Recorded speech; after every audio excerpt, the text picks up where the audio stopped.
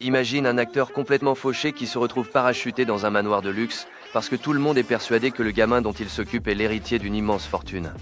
Entre secrets de famille et gros doutes sur l'identité du père, c'est le bordel total. Si t'aimes les histoires de gars normaux qui essaient juste de s'en sortir au milieu du chaos, reste là. Voilà le pitch de Ah, qui est ce bébé. Le héros n'a pas un rond en poche, mais toi, tu peux nous filer un sacré coup de pouce en t'abonnant. Lâche un gros pouce bleu et dis-moi en commentaire si tu penses que ce gamin est le vrai héritier ou si c'est du gros mytho. Allez, c'est parti! Yin Yun est en pleine crise de nerfs. Il serre le gamin contre lui tout en jurant à son patron, au bout du fil, qu'il vient de se faire kidnapper. Le souci, c'est qu'il joue comme une savate. Le réal ne gobe pas son baratin une seule seconde. Tout avait commencé 40 minutes plus tôt. La grande star, en plein tournage d'une série historique, suppliait à genoux qu'on le laisse filer un moment. À force de chialer, il a fini par obtenir 1 heure et demie pour régler ses affaires. Et le voilà qui détale comme si sa maison était en train de brûler. Il se débarrasse de son costume d'époque en un temps record et balance sa perruque pour révéler que, sous ses vieilles nippes, se cache un vrai beau gosse. Mais pour éviter de se faire traquer par une horde de fans en manque de selfies, il dégaine la casquette, les lunettes et le masque. Regardez-le, il est persuadé qu'avec cet attirail, il est devenu totalement invisible à l'œil nu. Fin prêt pour sa mission secrète, il déboule devant la maternelle où l'attendait le petit roux. Dès qu'il l'a reconnu, le gamin s'est transformé en une véritable pile électrique. Il marchait tranquillement en ville, le petit savourant sa glace à la fraise, zen comme jamais. Yin Yun avait les yeux rivés sur son portable, mais il gardait un œil sur le gosse pour éviter qu'il ne se mange le trottoir. Ce qu'il ne soupçonnait pas, c'est qu'une limousine noire leur collait au basque depuis un bon moment. Des types à la mine patibulaire ont fini par donner le signal, et d'un coup, ils se sont retrouvés encerclés par une bande d'armoires à glace en costume, tout droit sorti d'un film de mafieux. L'un des gorilles s'allume même une clope avec un sang-froid à vous glacer le sang. Yin Yun a viré au blanc cadavre, et le petit en a même lâché sa glace de trouille en voyant ces géants leur barrer la route. L'acteur a bien tenté de négocier et a sorti son portefeuille pour voir s'il pouvait les amadouer avec quelques billets, mais c'était le désert total, il n'avait même pas de quoi se payer un ticket de bus. Finalement, mort de peur mais essayant de faire le brave, il a serré le petit contre lui en les suppliant de le prendre, lui.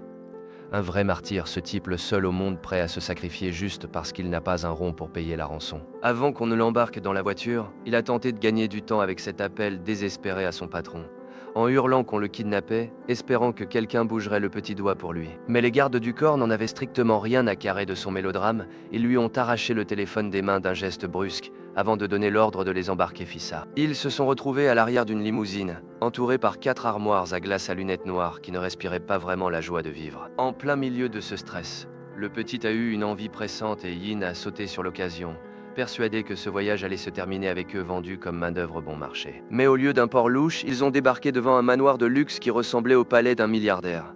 Les types les ont poussés à l'intérieur avec la délicatesse d'un camion de déménagement. Ils sont restés là, se sentant tout petits au milieu de tout ce marbre. Une femme en tailleur rose est descendue les accueillir et a salué Yin par son nom, comme s'ils étaient les meilleurs amis du monde. Elle lui a dit qu'on les attendait, ce qui l'a encore plus déboussolé. Il ne savait plus si c'était un dîner VIP ou un enlèvement très poli. Elle les a invités à s'asseoir, mais le petit n'en pouvait vraiment plus et Yin a dû briser le protocole pour réclamer les toilettes avant que le gamin ne laisse un souvenir impérissable sur ce sol hors de prix. La femme leur a indiqué le chemin et ils ont foncé comme si leur vie en dépendait. Une fois le réservoir vidé, ils sont retournés au salon pour voir qui tirait vraiment les ficelles. C'est là que le maître des lieux les attendait, un type à l'expression glaciale qui leur a ordonné de s'installer sans perdre de temps en futilité.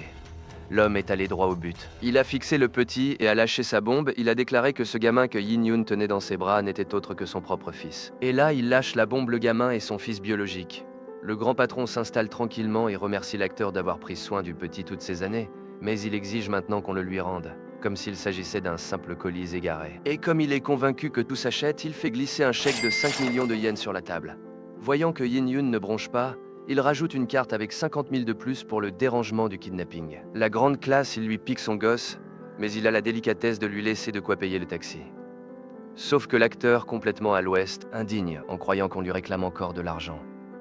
Pour lui, ces types sont des malades mentaux et il n'a pas l'intention de lâcher un centime de ses économies. Le secrétaire, qui semble être le seul à avoir gardé ses neurones, tente de calmer le jeu et lui tend le rapport d'expertise ADN 99, 9% de compatibilité. C'est mathématique, il n'y a pas à discuter. Yin Yun reste pétrifié en lisant les documents, mais son instinct paternel finit par reprendre le dessus. Il balance les papiers en l'air avec un sens du drame digne d'un Oscar et envoie le milliardaire balader avec ses photocopies.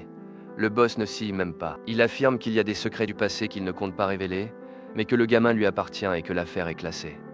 L'acteur serre le petit contre lui, persuadé qu'on essaie de lui vendre du vent. Il se rappelle avoir été là pour la mère pendant toute la grossesse et l'avoir même vu naître de ses propres yeux. Pour lui, les papiers peuvent raconter ce qu'ils veulent. La ressemblance physique ne trompe pas. Il pointe du doigt le nez et les expressions du gamin, jurant sur tout ce qu'il a que c'est son portrait craché. Il continue son show en pinçant les joues du petit pour prouver ses dires. Le voilà en plein délire, envoyant des baisers et multipliant les poses devant un paton qui le dévisage comme s'il s'agissait d'une tache de moisissure sur le mur. Il va même jusqu'à montrer une canine, comme si c'était la preuve ultime qu'ils partagent le même sang. Les employés meurent de honte devant ce spectacle affligeant. Mais le boss n'a plus de temps à perdre avec cet hurluberlu qui refuse d'entendre raison. Il tranche dans le vif et ordonne qu'on les embarque sur le champ. En 2 secondes, une nuée de gardes du corps déboule et les encercle comme s'ils s'apprêtaient à braquer une banque. Le sourire de l'acteur s'efface instantanément. On le soulève comme un vulgaire sac de patates alors qu'il hurle pour savoir où on les emmène. On les embarque tous les deux, le rideau tombe. Mais les vrais ennuis ne font que commencer. Les gardes ne perdent pas une seconde et les embarquent de force. Ils s'y mettent à 4 pour soulever Yin Yun comme un vulgaire sac de patates alors qu'il se débat dans tous les sens. Roux n'est pas en reste et se met à hurler de toutes ses forces, laissant les types complètement désemparés. Le gamin se laisse tomber au sol, les prenant totalement de court. C'est là que Roux passe à l'action et il repense au conte que Yin Yun lui lit et décide que le grand patron est le méchant qu'il doit terrasser. Il rampe sur le tapis pendant que l'autre fait mine de ne pas le voir. Une fois sur sa cible, il lui plante les crocs en plein dans la jambe, laissant une belle traînée de bave sur son pantalon. Le boss bout intérieurement, mais son secrétaire déboule pour le prévenir que son père arrive. Pas le temps pour les scènes, il vire les intrus manu militari, allant jusqu'à arracher la porte pour les dégager au plus vite. Avant même d'avoir pu réaliser, Yin Yun et Roux sont déjà de retour chez eux. Ils s'affalant sur le canapé pour reprendre leurs esprits et Roux jure que désormais il mordra tous les méchants qui oseront s'approcher. Yin Yun, tout en câlinant le petit, finit par se perdre dans ses pensées. Il se revoit à l'époque où il tentait de noyer un chagrin d'amour dans n'importe quel alcool qui lui tombait sous la main. Il touchait le fond quand un pote l'a traîné de force à une audition. Sur place, le réalisateur a été scotché par son regard mélancolique et on l'a envoyé direct jouer dans des séries pour ados qui n'ont jamais vraiment décollé. Entre les uniformes scolaires et les costumes d'époque, le gars s'est dit que sa voix, c'était la comédie. Mais quand il l'a annoncé à ses vieux, sa mère a failli faire une attaque parce que son seul et unique but dans la vie, c'était d'être grand-mère. Ils ont fini par conclure un pacte s'il n'était pas célèbre à 25 ans. Il acceptait de suivre la vie qu'elle avait tracée pour lui. Les années ont filé à toute allure et il stagnait toujours dans des seconds rôles, alors que son pote le blond au visage flouté était déjà une superstar. Yin Yun allait fêter ses 25 ans entre bières bon marché et les rendez-vous arrangés que sa mère lui imposait. À chaque rencontre, il tombait sur des nanas qui, avant même de dire bonjour, l'interrogeaient sur son salaire et son patrimoine. Il se sentait vidé, piégé dans un défilé de rencarts sans issue. C'est là que son ami lui a suggéré de partir à l'étranger pour tout reprendre à zéro. Il a raclé ses économies, menti à ses parents et sauté dans un avion pour lancer les démarches légales afin d'avoir son fils. Pendant l'attente, il doutait de ses capacités à être un bon père, mais dès qu'il a vu le petit Roux dans son berceau, toutes ses peurs se sont envolées. Il s'est juré de le protéger contre vent et marée, même en partant de rien. Aujourd'hui, entre les bains moussants et les éclats de rire, le petit est devenu son univers et le passé semble loin derrière. Mais pendant qu'il se remémore ses souvenirs, le boss prend une douche pour se calmer les nerfs.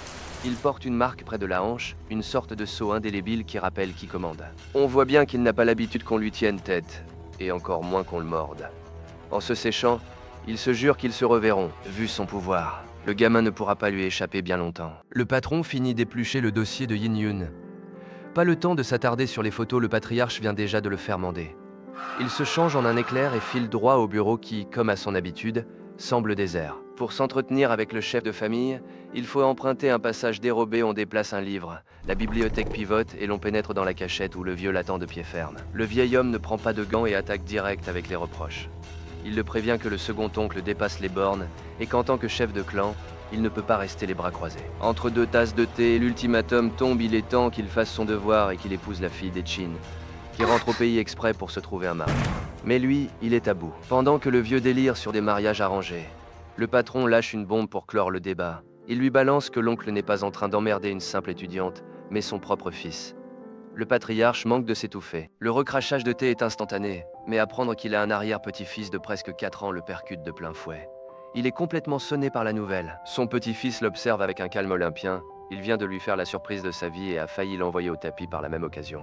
Passé le choc, le patriarche sort de ses gonds et tente de lui mettre une baffe, mais le jeune homme lui bloque le bras au vol. Il a l'habitude des accès de violence du vieux dès que les choses lui échappent. Le vieil homme n'en revient pas que ce gamin puisse piétiner les traditions familiales avec autant de désinvolture. Il ouvre sa chemise pour exhiber la marque que portent soi-disant les héritiers et lui hurle que la prophétie des ancêtres est infaillible. Un vrai romantique de la préhistoire, ce vieux. Sauf que le patron a d'autres projets et lui fourre une photo du gosse sous le nez pour lui clouer le bec. Le grand-père manque de défaillir en voyant que le petit a des traits étrangers, et oui, la mère venait d'ailleurs, alors la ligne est pure. C'est de l'histoire ancienne. Le plus drôle, c'est de voir le vieillard s'adoucir en 2 secondes. Il contemple ses boucles et ce regard le petit n'a rien du visage de grincheux de son père. Roux est bien trop mignon pour que le vieux puisse continuer à détester le monde entier bien longtemps. Le patron le fait asseoir et lui demande de rester calme, car il y a des dossiers bien plus sombres à régler. Le second oncle montre déjà les crocs pour s'emparer du pouvoir, et on sent que les vieilles rancœurs couvent depuis la mort du père du patron. Pour le petit-fils, ce drame n'avait rien d'un accident et il doit maintenant assurer ses arrières pour protéger le petit. Il fait comprendre au patriarche qu'il gérera les choses à sa façon et qu'il ferait mieux de ne pas s'en mêler. Finalement, le vieux capitule, mourant d'envie de voir son arrière-petit-fils. Le jeune homme l'a eu à l'usure avec cette petite bouille d'ange. Le patron quitte le bureau et jette un œil inquiet à sa montre. Il est déjà plus de 11 heures du soir et il n'a aucune idée d'où ils ont bien pu emmener son fils à une heure pareille. Pendant ce temps, Yin Yun fonce en taxi, le petit dans les bras, pressant le chauffeur d'arriver avant minuit. C'est une véritable course contre la montre si minuit sonne avant qu'il ne soit arrivé. La situation du gamin va devenir vraiment critique. Sous pression, Yin Yun scrute la route, cherchant désespérément une issue. Quelle finale de malade, la famille. Yin Yun trace comme un fou dans son taxi pour battre le chrono, alors faites pareil et foncez liker la vidéo avant le coup de minuit. Abonnez-vous pour ne pas louper le dénouement et dites-moi en commentaire quel autre manhwa vous aimeriez que je vous raconte. Allez, à plus. Le conte de fées touchait à sa fin et le petit s'était enfin endormi. Yin Yun commençait à se prendre pour une super nounou, mais le calme fut de courte durée. À peine avait-il quitté la chambre qu'il sentit un poids dans sa poche. Son cœur manqua un battement, c'était son portable. Il l'avait complètement zappé. Il avait une véritable grenade entre les mains et son patron était déjà en train de prononcer la sentence. Quand il rappela, son boss, qui n'avait pas une once de patience, refusa d'entendre la moindre excuse. C'était simple, soit il rappliquait illico, soit il pointait au chômage. Il était presque 11 heures, il fallait qu'il fonce. Il réveilla le gamin pour le confier à ses parents, mais le sort avait décidé que ce n'était pas son jour. Arrivé devant l'appart, il eut beau sonner comme un sourd. Personne. Sur la porte, il ne trouva qu'un mot de ces vieux, ils avaient gagné un voyage et étaient partis retrouver leur jeunesse. Des génies! Ils s'étaient défilés au pire moment possible, avec en prime une signature bien ringarde, ta jolie maman et ton beau papa. Il ne manquait plus qu'il le bloque de partout pour parfaire le tableau.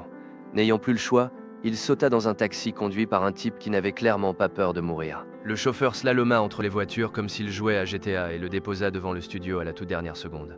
Il entra sur le plateau à minuit pile et le réalisateur l'attendait de pied ferme pour l'exécuter devant tout le monde. Il l'incendia, furieux de le voir débarquer au boulot avec un gosse dans les bras.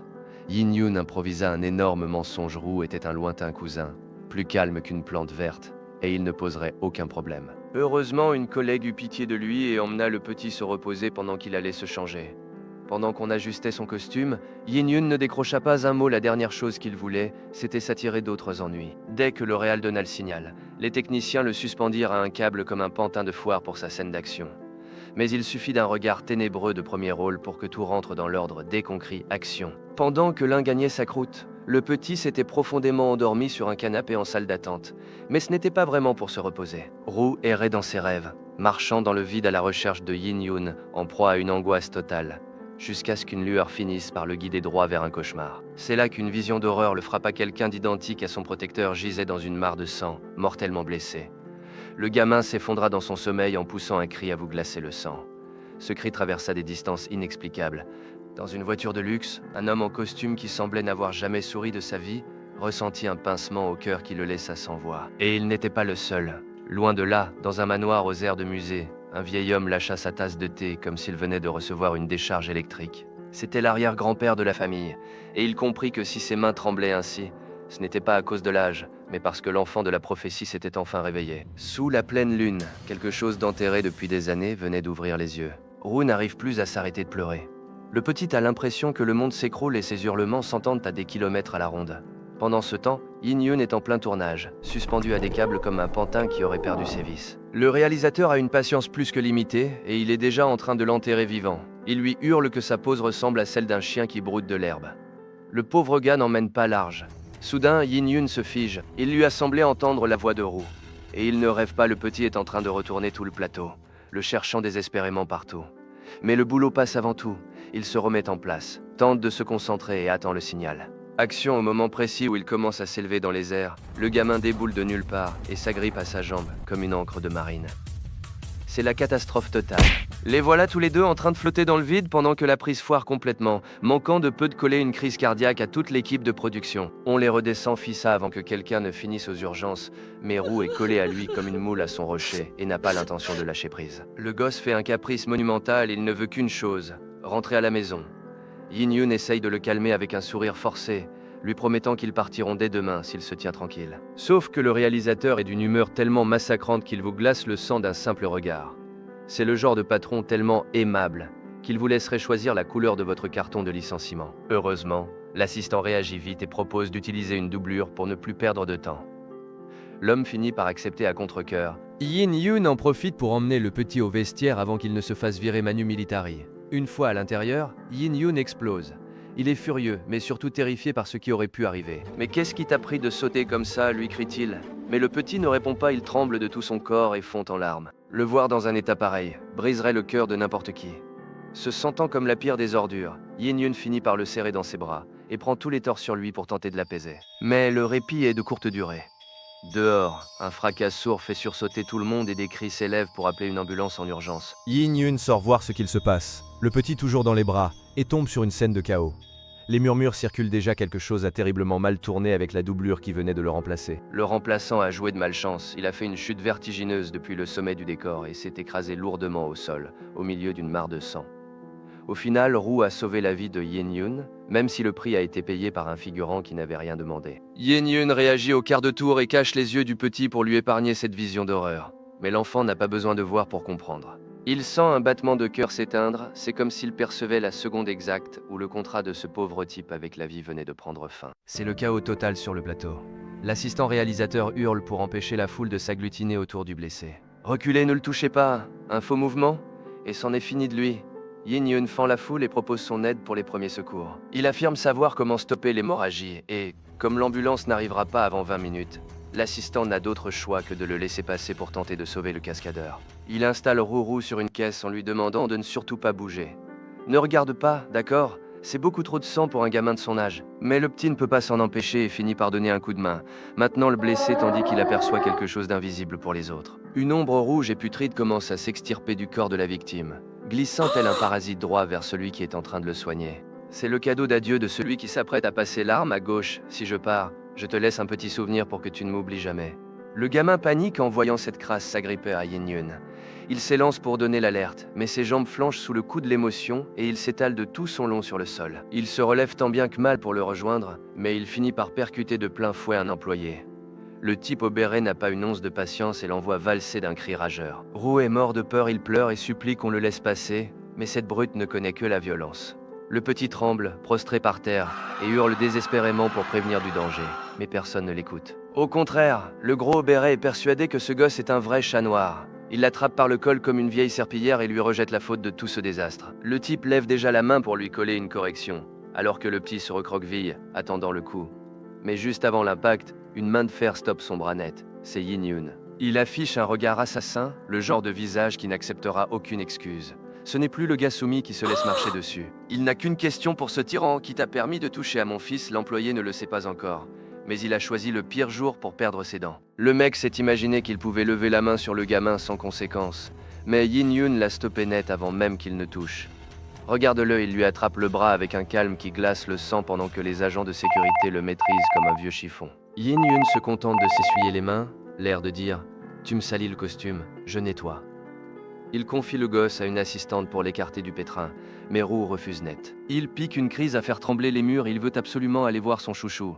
Yin Yun soupire. Il sait qu'il ne gagnera pas contre ses yeux larmoyants. Aussi dur qu'il soit, les pleurs de Roux restent son point faible. « Tu peux aller le voir, mais après tu reviens avec moi », dit-il en tentant de sauver ce qui lui reste d'autorité. Dès qu'on le lâche, Roux décolle, traverse le plateau à fond et se jette sur le type aux cheveux bleus, encore par terre à essayer de reprendre son souffle après le coup. Le gamin ne comprend rien quand il voit Yin Yun débarquer la tête de l'emploi. « Ben quoi, tu veux que je laisse attaquer mon fils ? Balance l'héritier, lâchant la bombe avec une assurance qui te fait tout remettre en question. » Roux profite de la confusion pour montrer le coupable du doigt et le balancer. « Cet homme est méchant !» crie-t-il. Et là, le type aux cheveux bleus pète définitivement les plombs. Le gros, qui n'a visiblement aucun instinct de survie, tente de charger à nouveau en gueulant des conneries. Mauvaise pioche. Le type aux cheveux bleus se relève avec ce qui lui reste d'énergie pour lui remettre les idées en place d'un coup de pied dans les bijoux de famille. Le Snorlax s'est endormi direct au sol de là. Il ne se relève pas. Le type aux cheveux bleus atteint sa limite, rend le gamin à l'héritier, démission comprise. Il lui dit d'aller chercher quelqu'un d'autre, et, pour conclure le marché, lui tire la langue. Leur tentative de partir dignement n'a pas duré une seconde, le patron envoie la sécurité et les voilà tous les deux en l'air, portés comme des sacs de patates. Ces types n'ont aucun scrupule. De retour au manoir, l'ambiance se coupe au couteau. En voyant l'heure, l'héritier commence son sermon. Il est 2 heures du matin. Tu te rends compte? Il ne comprend pas ce qu'un gamin aussi petit fait debout à cette heure dans un endroit pareil. Il lui balance en pleine figure qu'il n'a aucune idée de comment s'occuper de lui, après l'avoir foutu dans ce bordel et laissé tout seul. Sans un mot, le type aux cheveux bleus avale sa salive en encaissant toute la décharge. Le gamin dort comme une souche. Le type aux cheveux bleus n'a plus qu'à ravaler sa rage et accepter d'être enfermé sous le regard lourd de l'héritier, qui s'en va avec une présence si imposante que le mec ne sait plus s'il a peur ou s'il a besoin d'une autre douche froide. Après la douche, le gamin se réveille avec l'énergie d'un réacteur nucléaire. Ils se mettent à jouer, et le môme manque de le laisser chauve d'une tignasse, prouvant que ce gosse est un danger permanent. En plein chaos, la porte s'ouvre, l'héritier apparaît avec un médecin, montrant que sous cette arrogance bat un cœur inquiet. Le gamin toujours en l'air, le type aux cheveux bleus reste figé, et il parvient seulement à demander « Quand est-ce que t'es entré ?» pendant que le chef le foudroie du regard. Pauvre type, pas une seconde de répit. Ouf, quel chapitre de malade! C'était à s'en arracher les cheveux tellement c'était intense. Et puisque le petit a failli scalper le héros d'un coup sec, faites pareil et donnez un bon coup de pression sur le bouton like pour faire grimper la chaîne. Abonnez-vous dès maintenant pour ne pas louper la fin de ce chaos total. Et dites-moi en commentaire quel autre mangua vous voulez que je vous raconte. Allez, à la prochaine.